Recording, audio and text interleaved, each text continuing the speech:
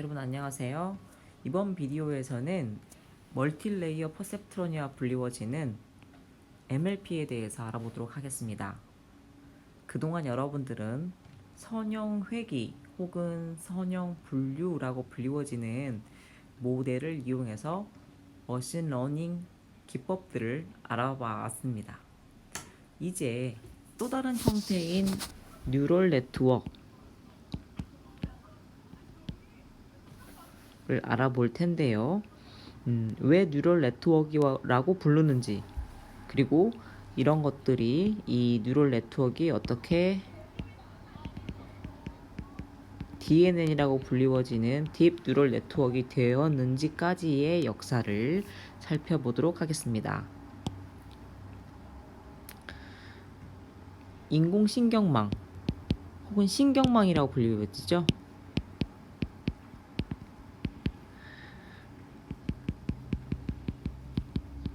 신경망을 이용한 방법론, 머신러닝 기법이 바로 이제 딥러닝에 해당이 되는데요. 왜 신경망이라고 부르느냐? 실제로 여러분들이 앞서서 선형 회귀 및 선형 분류를 위에서 세웠던 모든 수학적 수식을 이와 같이 우리 뇌에 있는 시냅스라고 불리워지는 뉴런이라고 불리워지는 녀석을 통해서 모사할 수 있기 때문입니다. 이 뉴런은요, 이 부분을 통해서 우리의 신호를 받아들이고요. 또 요렇게 셀 바디에서 연산을 한 다음 액션을 통해서 어떤 정기적 레벨 기준 이상이면, 내가 지금 여기 나오는 정기적 레벨이 몇 이상이면 1, 몇 이하면 0, 이런 식으로 아웃풋 출력을 내도록 설계되어 있다라고 합니다. 이 부분은 실제로 브레인을 연구하는 분들께서 분석해 놓은 결과에 해당하고요. 이러한 특성을 가지고 우리 같은 컴퓨터 공학자들은 실제로 인간의 브레인에 해당하는, 실제로 우리 뇌가 생각하는 방식대로 수학적 모델링을 해보겠다라고 하는 도전을 하게 된 거죠. 다시 한번 요 뉴런을 수식으로 써보면 이와 같습니다. 데이터가 들어오겠죠. 그럼 시냅스 요런 돌기를 통해서 데이터를 받아들입니다. 그 데이터는 들어오면서 동시에 웨이트를 곱해지게 되겠죠. 지금 보시면 돌기가 굉장히 여러 가지입니다. 그러니까 입력으로 들어올 수 있는 신호들이 채널이 다양한 거겠죠. 그래서 W0 곱하기 X0도 있고요. W1 곱하기 X1도 있고요. W2 곱하기 X2도 있고요.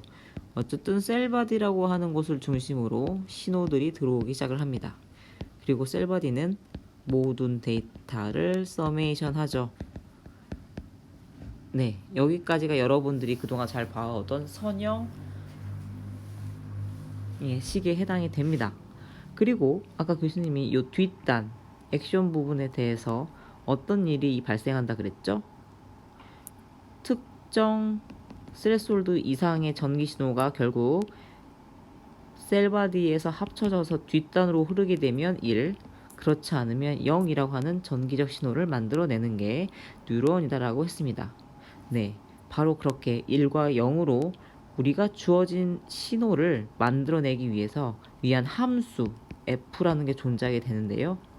액티베이션 펑션이라고 합니다. 이 F 액티베이션 펑션은 뭐 수학적 수식에 의해서 굉장히 다양할 수 있겠죠. 그래서 분명한 거는 어떤 기준 이상이면 1이라는 신호를 만들도록, 어떤 기준이 이하면 0이라는 신호가 나오도록만 설계가 되면 됩니다. 어때요? 실제로 인간의 뇌를 모사하여 설계된 신경망의 구조가 우리가 지금까지 논의되었던 수학적 수식을 만나게 되니 정말로 이런 인간의 뇌를 모사한 머신러닝이라고 하는 방법론이 좀 더 와 닿는지 교수님 궁금하네요. 자, 지금 여러분들이 앞에서 살펴봤던 이런 구조, 즉 퍼셉트론이라고 하는 게 바로 선형 분류기 혹은 피드포워드 네트워크라고 불리워지는데요. 뭐 이런 뉴런을 결국에는 우리는 퍼셉트론이라고 부를 수 있게 됩니다. 저 뉴런은 어떻게 지금 우리가 간단하게 만들 수 있냐면 입력 데이터가 들어오죠. 이런 뉴런 블락에 들어오고요. X가 W를 만나서 이렇게 예를 들면은 액티베이션 펑션을 통해서 Y가 나오게 되죠. 이런 것들을 뭐 간단하게 뭐 이런 식으로 표현할 수도 있어요. 요게 노드가 되는 거고 이게 W가 되고서 여기가 B, X에서 여기는 결국에는 WX 플러스 B 뭐 다른 데서도 이렇게 들어오게 되면 서메이션으로 바뀌게 되겠고 이 안에서 만약에 이런 기호를 만난다면 이렇게 액티베이션 펑션을 만난다면 동시에 이렇게까지 쓸 수 있겠죠. 자, 이렇게요.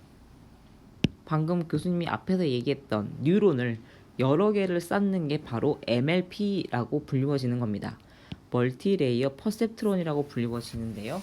실제 그림은 이렇게 그립니다. 지금 이렇게 입력이 여러 개, 그리고 입력에 대한 출력이 또 여러 개인 거죠. 그 안에서 입력이 각각의 노드에 닿도록 설계되어 있을 겁니다. 자, 그쵸? 그리고 출력을 내보내게 되어 있죠. 이런 뉴런을 여러 개 쌓으면 이런 그러니까 뉴런을 여러 개 쌓는다는 말은 퍼셉트론을 여러 개 쌓는다라는 말로 통용될 수 있고요. 결국 이게 하나의 층이라고 불리워집니다. 입력 레이어, 입력층, 여기는 출력 레이어, 출력층에 해당이 되겠죠. 교수님 위에다가 레이어 3개짜리 예시를 그려놨어요. 그러니까 즉 입력층과 출력층 사이에 뭐 동그라미를 또 여러 개 그릴 수 있습니다. 출력층과 매우 비슷한 거죠. 결국 얘가 W들이 되는 거겠지만요. 어쨌든요. 입력층과 출력층 사이에 생기는 레이어는 특별히 은닉층이라는 이름으로 불리워집니다. 그리고 지금 여러분들이 보고 계신 거는 총 3개의 레이어로 구성되어 있는 MLP에 해당이 되겠죠.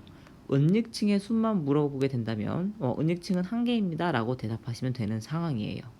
아무튼 이번 슬라이드에서 이야기하고자 하는 핵심은 이와 같습니다. 이런 NLP, 멀티레이어 퍼셉트론은요. 여러분들이 지금까지 앞서서 배웠던 로지스틱 리그레션 유닛을 쌓아서 만들 수 있다는 겁니다. 그러니까 이 말은 뭐죠? 우리가 지금까지 배웠던 모듈을 조금 이용을 해서 조금이 아니라 이용해서 신경망을 모사할 수 있다라는 것에 해당이 되겠죠. 연구 초기의 하드웨어를 지금 여러분들이 보고 계십니다. 57년도에 프랭크 박사님은 뭐 이와 같은 연산기를 만들었대요. 엄청 큰 컴퓨터죠. 근데 이 당시 컴퓨터는요, 지금 여러분이 쓰고 있는 연산 수준의 컴퓨터가 아니고요, 단순한 논리 연산이 가능할 것 같은, 아마 가능한 그런 레벨의 컴퓨터입니다. 저기 지금 선으로 연결되어 있는 것들이 아마 우리가 앞서서 얘기했던 그 이렇게 유닛 있죠? 로지스틱 리그레션 유닛들이요. 이 유닛과 유닛들 사이에 뭔가 데이터를 주고받을 때 사용했던 선들로 추정되어집니다. 이렇게 x1, x2, x1, x2, w1, w2 이렇게 했다고 했을 때요. 오른쪽에 있는 장비는요. 이런 장비였대요. 요 각각의 이게 볼륨 조절되는 것처럼 회전을 통해서 이제 우리가 값을 조절하는 건데요. 어떤 값을 조절했냐면 가중치 값을 조절했던 겁니다. 실제로 이제 우리가 가중치를 요렇게 사람이 실제로 핸드튠도 하면서 어떠한 입력 데이터 x는 우리가 원하는 y 데이터를 얻어낼 수 있도록 하는 어떤 머신 러닝, 즉 뭐 물론 스스로 학습한 건 아니었겠지만 사람이 학습된 결과를 반영해 놓은 머신이었겠지만 어쨌든 이게 이제 똑똑한 머신, 인공지능 머신에 해당이 됐던 겁니다. 자, 이런 인공신경망을 이용해서 실제로 하드웨어 장비도 만들고 그 장비들이 어떠한 로직에 의해서 판단을 내린다거나 질문에 대답을 하게 되면서 이 조금 과도하게 인공지능이라고 하는 게 이제 사람들 사이에 소문이 나기 시작합니다. 특히 그 당시에 58년도에 프랭크 교수님께서는 심지어 이런 얘기도 하셨어요. 결국 우리의 인공지능은 걷기도 하고 말하기도 하고 보기도 하고 쓰기도 하고 스스로 발전하기도 할 것이다. 심지어 의식을 갖게 될 것이다 라고 뉴욕 타임즈에서 말씀하셨다고 합니다. 지금도 아직 이루어지지 않은 이러한 기술들이 58년도에 곧 머지않아 이루어질 것처럼 얘기하셨던 게 조금은 과장이었던 거죠. 지킬 수 없는 약속이었던 겁니다. 왜냐면 그 당시 수준은 이랬거든요. 우리가 논리 연산 정도의 그 1과 0을 줬을 때 AND 혹은 뭐 OR의 연산이 가능한 레벨의 논리 로직 시스템을 가지고서 너무 과장되게 얘기했던 거죠. 자, 그럼 왜 우리는 과거에 이와 같은 뭐 인공신경망이 AND 혹은 OR 문제 혹은 XOR 문제를 풀기를 바랬을까요? 지금 우리의 컴퓨터의 논리 연산도 마찬가지겠지만 결국 우리에게 주어지는 데이터는 바이너리 데이터이고 그 데이터를 이용해서 어떤 로직으로 인해서 결과를 도출하게 되는 과정들이죠. 즉 다시 쉽게 얘기하면 컴퓨터라고 하는 거의 가장 기본적인 컴포넌트는 논리 연산이고 그 논리 연산이라고 하는 게 바로 AND, OR, XOR라는 거라는 거죠. 우리가 사람을 닮은 똑똑한 머신을 만들고 싶다면 즉 우리는 우리 인간의 뇌와 같은 정답을 낼 수 있는 논리적 설계를 가진 기계를 만들어야 된다 라는 생각이었고 어쨌든 그래서 우리는 이렇게 OR와 AND 문제를 기존에 가지고 있던 선형 모델을 이용해서 풀 수 있어야 된다고 생각을 했던 겁니다. 딱 보시면 아시겠지만 OR와 AND 문제는 선형 모델을 통해서 쉽게 해결할 수가 있었어요. 뭐 AND 연산이라고 하는 거는 0, 0 입력이 나왔을 때 0이고요. 1, 1일 때 1이고요. 1, 0일 때 1이죠. OR는요. 0, 1일 때 1입니다. 즉 이와 같은 상황에서는 AND, OR는 얼마든지 리니얼리 세퍼러블 하기 때문에 뭐 우리가 앞서 얘기했던 리니어 리그레션 유닛 같은 걸로 충분히 뭐 로지스틱 리그레션 유닛 같은 거 가지고도 해결할 수가 있습니다. AND도 마찬가지죠. 0, 0은 0이고요. 1, 0은 0이고요.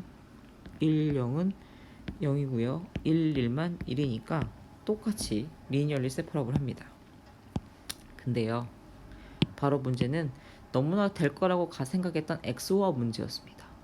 XOR는 여기 보시고 있는 테이블처럼 자기 자신이 그러니까 서로가 같을 때 0이고 서로 다를 때 1을 나타내는 논리 연산에 해당합니다. 근데 지금 보시면 아시겠지만 어때요?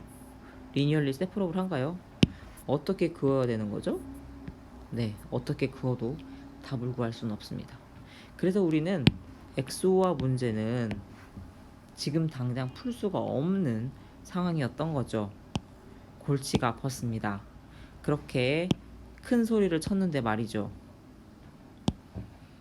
결국 69년에 MIT AI 랩을 이끌고 있었던 민스키 교수님은 엑소어 문제는 결국 풀 수 없는 문제다. 이 세상에 그 엑소어 문제를 풀기 위한 파라미터를 학습할 수 있는 방법을 아는 사람은 아무도 없다 라고 이야기를 하시게 됩니다. 네, 그런 거죠.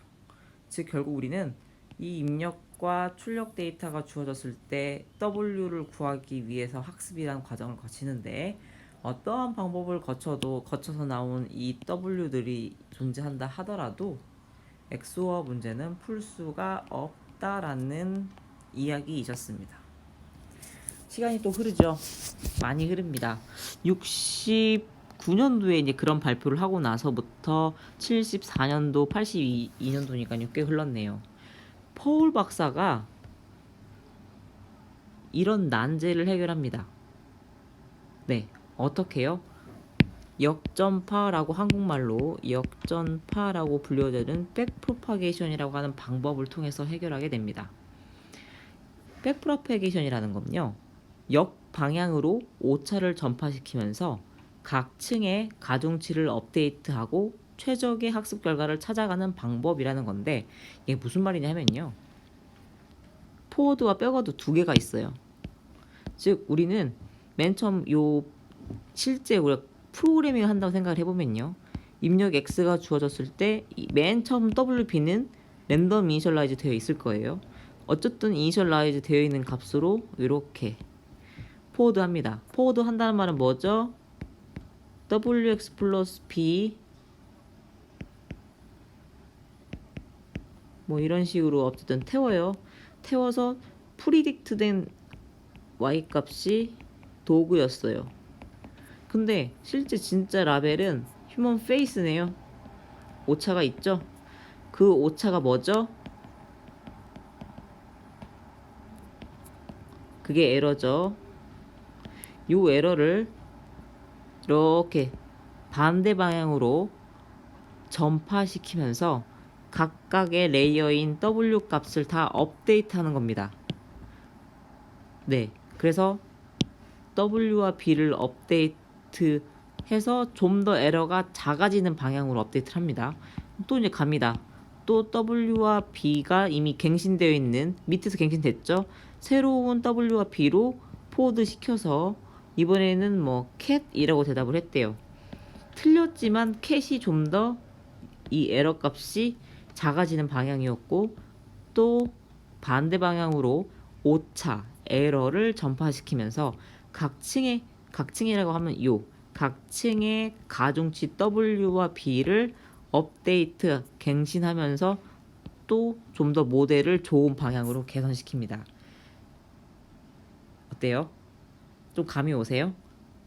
백프로파게이션, 역전파라고 하는 것은 역방향으로 오차를 전파시키면서 MLP, 멀티레이어 퍼셉트론 각층의 가중치 WB를 갱신하는 과정이고 그 과정을 통해 최적의 학습 결과를 발견하는 과정에 해당된다 라는 겁니다.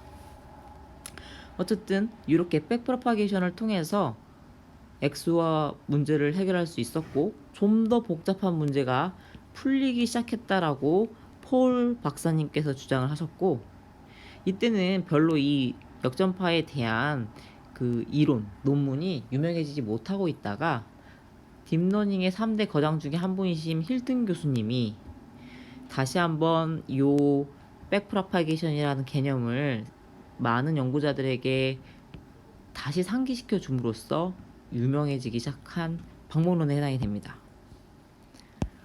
자, 백프로파게이션 말고 이런 인공신경망 혹은 신경망 기반의 방법론을 한 번 더 브렉스루를 가져올 수 있었던 방법론이 있는데요.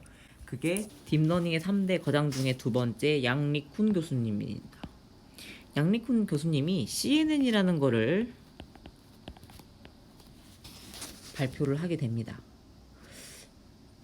당시 CNN이란 거의 그 가장 키 아이디어는 이런 거였어요. 이런 화면에다가 이런 작은 패턴들을 움직이고 키우고 하면서 실제로 동물에게 저런 패턴을 보여줬던 겁니다. 근데 그 패턴에 따라서 뇌의 시그널이 어떻게 바뀌는지를 계속 보고 있었어요. 이렇게 전극을 꽂아가지고. 이러한 관찰을 통해서 알게 된 사실이 뭐냐 하면, 어떤 영상이 주어졌을 때 그 영상의 전체 형태를 보고서 이와 같은 특징, 피처가 기술되는 것이 아니라 부분 연산들의 결합을 통해서 최종적인 피처가 만들어지는 것 같다. 왜냐면 지금 여러분 보시다시피 맨 첫 번째 연산은 요 영역을 가지고서 요 값이 결정된다는 의미예요. 그리고 요 영역을 가지고 요 값이 결정되어졌다. 이만큼의 영역이라고 하는 걸 나중에 다시 배워요. 리셉티브 필드라고 하는데, 뒤에 요 값 하나를 계산하기 위해서 얼만큼 보고 있느냐라고 하는 영역에 해당이 됩니다. 자, 잊어버리셔도 좋아요. 아무튼 다시 쉽게 얘기할게요. 영상 전체를 한 번에 보고서 우리 브레인이 판단하는 것이 아니라 영상 부분의 집합으로 어떤 판단할 수 있는 피처를 기술하더라 라는 사실입니다. 이 CNN 기술 덕분에 요즘 가장 인공신경망을 이용한 응용 분야 중 핫한 분야가 컴퓨터 비전 분야인데요. 그 이야기는 다시 하게 될 겁니다. 자, 그럼 이런 신경망 기반의 방법론을 이용한 학계 혹은 서비스 혹은 연구계의 어떤 사례들이 있느냐를 좀 살펴볼게요. CMU에서 84년에서 94년까지 이런 자율주행 자동차를 만들었는데요. 이 유튜브 클릭해서 들어가 보시면 알겠지만 최초의 뉴럴 네트워크를 이용한 자율주행 자동차였습니다. 이때는 많은 역할은 하지 못하고요. 로드를 디텍션 한다거나, 즉 차선을 검출한다거나 그 검출된 차선을 기반으로 자동차 바퀴를 움직였다고 합니다. 대단하네요. 당대 저 그 8, 90년도 시대의 뉴럴 네트워크의 인기는 터미네이터 2라고 하는 영화를 통해서도 알 수 있는데요. 해당 대본을 살펴보면 터미네이터, 즉 기계인간으로 나오는 배우가 다음과 같은 대사를 이야기하게 됩니다. My CPU is a neural net processor라고 대답을 하는데요.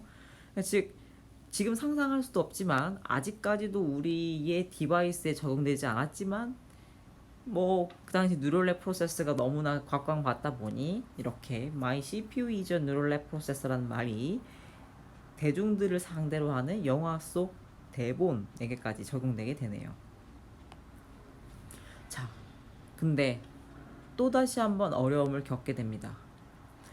그렇게 74년도, 82년도에 폴 박사님에 의해서 발견되었고 86년도에 힐튼 교수님에 의해서도 다시 한번 재해석됐음에도 불구하고 90년대 초반 또다시 난관에 봉착합니다.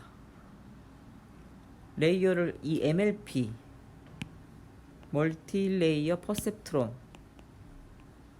MLP 이런 레이어들, 은닉 레이어라고 불려지는 것들을 많이 쌓기 시작을 했어요, 여러분.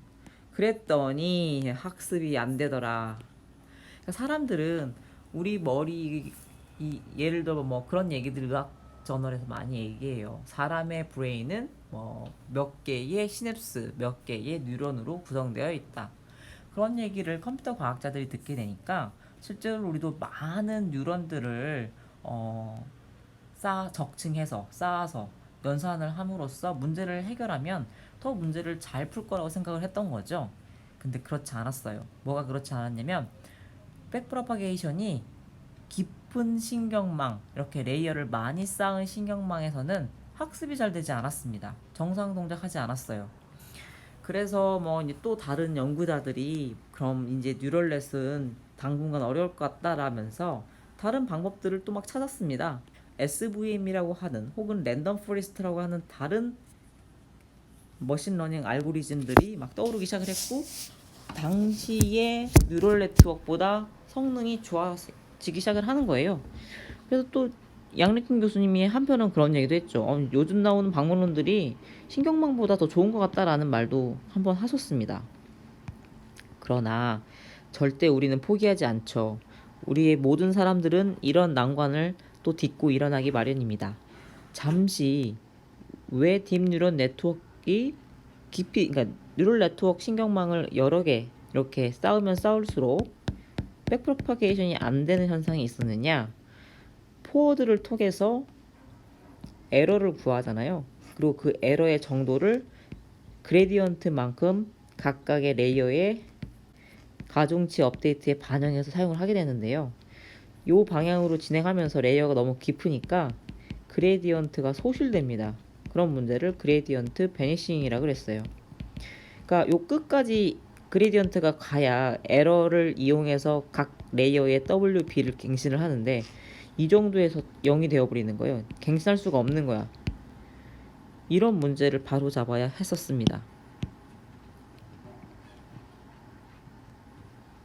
자, 어쨌든 이렇게 깊은 신경망이 학습되지 않는 방법은 해결하게 돼요. 두 가지 방법으로 해결하게 되는데 첫 번째 방법은 웨이트, 즉 W와 B의 초기화를 우리가 그동안 좀 스마트하게 하고 있지 못했다라고 하는 발견을 2006년도에 하게 되고요. 또 이제 학습이 잘 되지 않았다라는 방법을 드랍아웃이라는 걸 통해서 W와 B 값이 학습이 잘 되는 깊은 신경망에서 잘 될 수 있도록 하는 방법론을 또 2007년도에 발견을 하게 됩니다. 이름 보시면 힐튼과 벤조 교수님인데요. 아까 르쿤 교수님도 얘기했었죠. 요 세 분이 딥러닝의 3대 거장입니다. 기억하시면 좋습니다. 자, 어쨌든 이런 단계별 어려움을 딛고 일어서면서 우리는 MLP라고 불리워졌던 방법론들을 새롭게 브랜딩하고 싶어졌고 그때부터 딥넷, 딥러닝이라고 하는 워딩을 새로운 워드를 통해서 본격적으로 브랜딩하기 시작하게 되었습니다. 연구자들 사이에서 처음부터 이 뉴럴 네트워크를 이용한 방문론이 유명했던 건 아닙니다. 앞서 보셨겠지만 SVM이나 랜덤 포레스트를 이용한 방문론들이 나쁜 성능을 보이고 있지 않았기 때문에 굳이 뉴럴 네트워크를 도입해서 응용 문제를 해결할 필요는 없었거든요. 근데 2011년, 12년도 그쯤 있었던 다음과 같은 챌린지에서 너무나도 분명하고 확실하게 성능이 좋아지는 그러니까 챌린지에서 우승을 하는 사례가 생겼습니다. 이 대회는 전 세계 컴퓨터 비전 연구자들이 매년 모여서 1000개의 클래스를 맞추는 사진을 보여주면 이거는 강아지 클래스, 이거는 고양이 클래스, 이거는 코끼리 클래스 이런 식으로 1000개의 클래스를 맞추는 대회예요. 잘 맞추면 이기는 대회인데 2010년 11년도 성능 보이세요? 갑자기 2012년도부터 15.3이라고 하는 에러로 줄어들게 돼요. 보통 일반적으로 대회를 하게 되면 5%를 줄이기가 힘들어요. 근데 무려 10% 이상을 줄였죠. 사람들이 놀래고 깜짝 놀라게 됩니다. 이게 무슨 일인가 갑자기. 그리고 심지어 이제 2015년도에는요. 사람보다도 더 잘 판단하게 되는 정확도까지 이르게 됩니다. 그러면서 컴퓨터 비전 연구자들은 딥러닝이라고 불리워지는 학문에 매료되기 시작을 했고 컴퓨터 비전을 중심으로 이 확산되면서 인공지능 모든 전 분야의 신경망 기반 방법론 혹은 딥러닝을 이용한 방법론이 빠르게 확산 적용되게 됩니다. 다양한 응용 연구가 이루어지고 있지만 몇 가지 사례를 이야기해 드리자면요. 이런 사진을 줬을 때 실제로 머신이 이렇게 캡셔닝을 해줘요. A group of people shopping at an outdoor market 혹은 There are many vegetables at the fruit stand. 이런 식으로 이제 기술을 해주는 거죠. 우리 왜 보면 이렇게 신문 기사 사진 밑에 캡션이 있는 것과 동일합니다.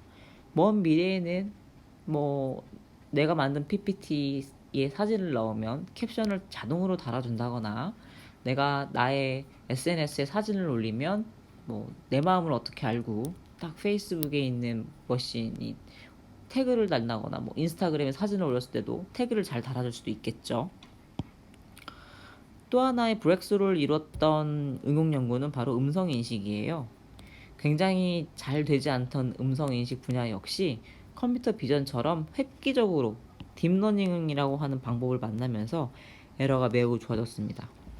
그 전까지는 어떤 상용화 레벨 서비스에 도달하지, 그러니까 서비스, 우리가 이제 회사에서 실제로 그 기술을 이용해서 돈을 벌 수 있는, 혹은 뭐 여러분들이 쉽게 생각할 수 있는 뭐 주문 전화를 했을 때 자동으로 그런 상담한 전화를 사람이 아닌 머신러닝이랑 대화를 한다든지 하는 이런 기술들이 가능할 정도가 된 거예요. 그 전에는 이제 내가 딱 느꼈을 때 사람인지 머신인지 바로 알 수 있었는데 이제는 그 경과가 굉장히 무너질 정도로 기술 성숙도가 올라갔다는 거죠. 또 최근 뭐 게임 좋아하는 친구들은 알겠지만 인공지능이라고 하는 모드를 고르게 되면 상대방이 이제 컴퓨터인 거죠. 사람이 아닌, 사람 대 사람이 대전을 하는 게 아니라 사람 대 컴퓨터가 대전을 하게 되는데 이제는 컴퓨터가 똑똑해졌습니다. 뭐 너무 똑똑해져서 사람이 이길 수 없을 정도까지의 몇몇 게임이 나오기 시작을 하고 있어요. 근데 대표적으로 이 알타리 게임이라는 거는 이제 컴퓨터가 너무 잘합니다. 사람보다 잘하는 게임들이, 단순 콘솔 게임들이 생기기 시작한 거죠. 자, 오늘 참 그 멀티레이어 퍼셉트론이라고 하는 내용을 가지고 많은 이야기를 나누고 있는데요. 마무리를 할게요.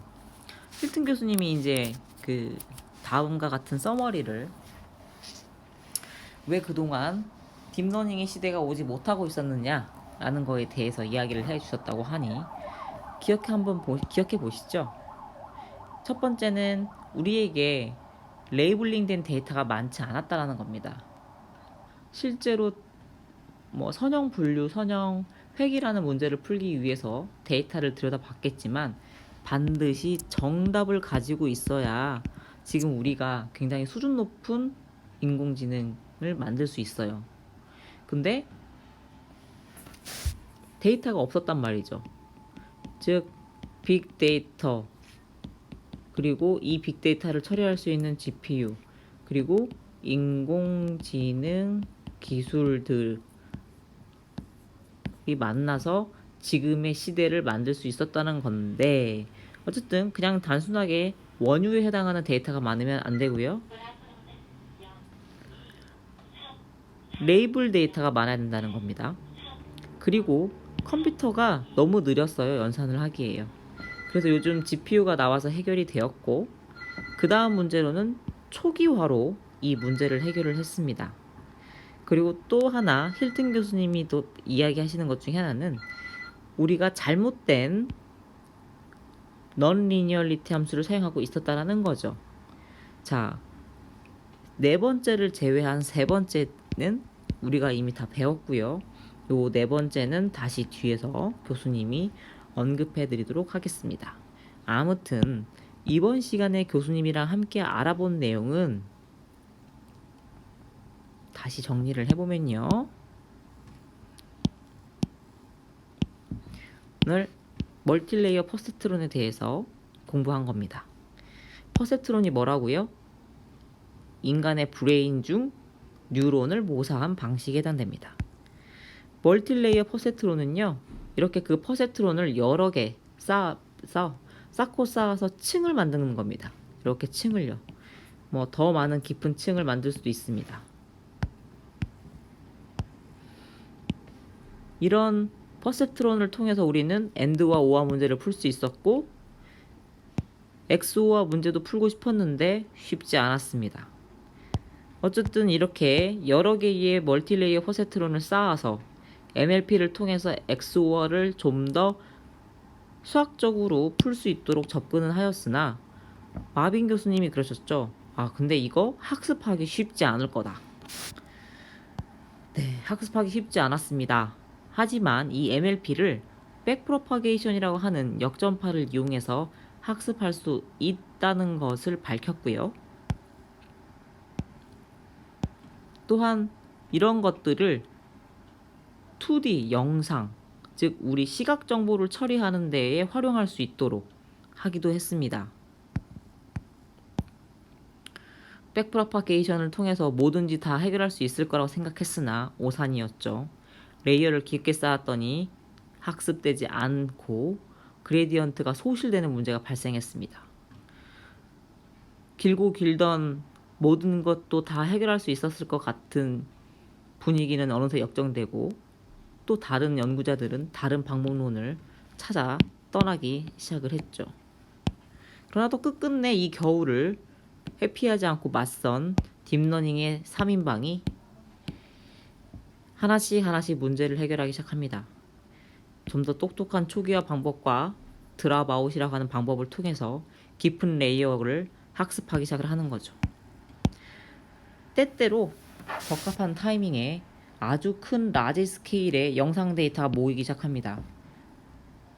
아무래도 인터넷과 SNS의 발달 덕분에 쉽게 레이블된 데이터를 얻을 수 있었던 것 같습니다.